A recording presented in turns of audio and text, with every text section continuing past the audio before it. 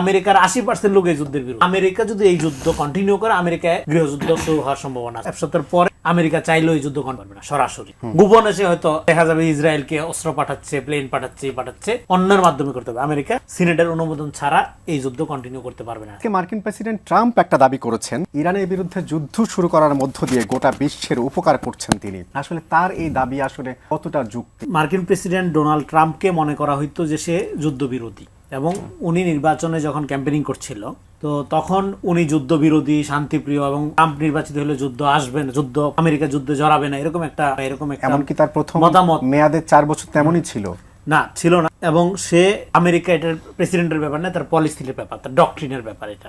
এবং এই মিত্রা ভেঙে গেছে এবং আপনার সে মিত্রা ভেঙে গেছে, এবং এই যুদ্ধে যে সে জড়াইলো, ইরানের সাথে আলোচনা চলতেছিল, সেই আলোচনার মাঝখানে তার যে অ্যাটাক করতে হলো, এই অ্যাটাকটা করছে।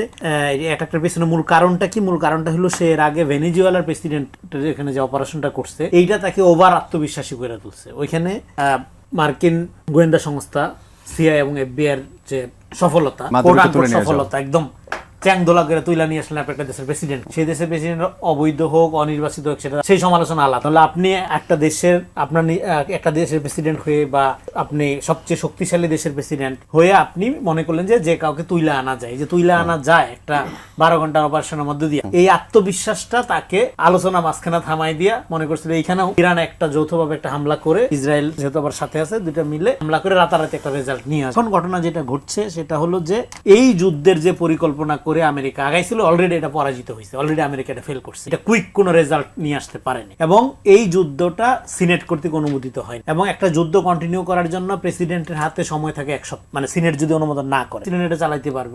1 সপ্তাহের পরে আমেরিকা চাইলেও এই যুদ্ধ সরাসরি গোপনে সে হয়তো দেখা যাবে ইসরায়েলকে অস্ত্র পাঠাচ্ছে, প্লেন পাঠাচ্ছে, অন্যের মাধ্যমে করতে হবে। আমেরিকা সিনেটের অনুমোদন ছাড়া এই যুদ্ধ কন্টিনিউ করতে পারবে না, ট্রাম্প চাইলো। এখন সিনেটের অনুমোদন হওয়ার সম্ভাবনা 0। কারণ হলো আমেরিকার 80% লোক এই যুদ্ধের বিরুদ্ধে। সিনেট যেটা বলতেছে, ট্রাম্প মজাদার কথাবার্তা বলার জন্য বিখ্যাত, তার কথা সিরিয়াসলি আমার ধারণা তার বউ নেন, ফলে মানুষ নেওয়ার কোনো কারণ। যেখানে সিনেটের অনুমোদন হবে না, আমেরিকার লোকজন 80% লোকের বিরুদ্ধে, এবং এই যুদ্ধ যদি তারপরে কন্টিনিউ করে, ইভেন প্রক্সি আকারও যদি কন্টিনিউ করে, একজন নেভি কর্মকর্তা আমেরিকার বলছে যে আমরা ইসরায়েলের হয়ে কোনো যুদ্ধ করবো, এবং এটার জন্য তারা, আপনারা দেখছেন মিডিয়াতে, হিস্ট্রি তাকে রুম থেকে বের করে দেয়, সেই ভিডিও আপনারা দেখেছেন। ফলে এই যুদ্ধ যদি ট্রাম্প কন্টিনিউ করে, ট্রাম্পের আকাঙ্ক্ষা কি? Regime change. এটা ফেল, রেজিম চেঞ্জ হচ্ছে না।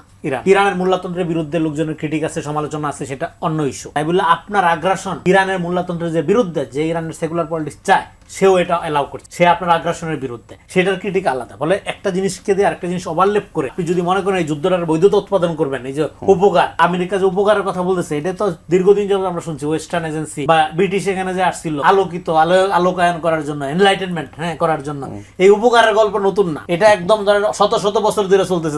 তাদের উপকারের হাত থেকে বাঁচার জন্যই লোকজন শাসন চায়, লোকজন স্বাধীনতার সংগ্রাম করে, বিপ্লবী হয়। ফলে এই তাদের যে উপকার করার খায়েশ, এইটা যারা সেকুলার, যারা আমেরিকান চিন্তা ভাবনা বা সো কল্ড ওয়েস্টার্ন লিবারালাইজেশন পছন্দ করে, তারা এটার বিরুদ্ধে। ফলে এখানে শেষ করি এই পয়েন্টটা বলে, তার মানে অলরেডি আমেরিকা ব্যাকফুটে চলে গেছে, এটা কুইক রেজিম চেঞ্জ হয় নাই, কুইক রেজাল্ট আসে নাই, বরং উল্টা যেটা করছে সেটা হলো আমেরিকা যদি এই যুদ্ধ কন্টিনিউ করে, আমেরিকায় গৃহযুদ্ধ শুরু হওয়ার সম্ভাবনা আছে, অন্তত অন্তর্গুন্ধ, অন্তত অস্থিরতা, অন্তত ইন্টারনাল বিক্ষোভ, এটা অচিরেই শুরু হবে আমেরিকা। এটা গেল একটা। আরেকটা হলো যে এখানে যুদ্ধটা শুরু করছে ইসরায়েল, আমেরিকা যুদ্ধটা শেষ করবে।